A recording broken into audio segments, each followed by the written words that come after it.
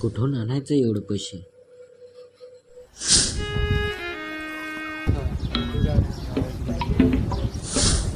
बघ बघ तिथे एवढंच बघते असू दे बाई गप चल.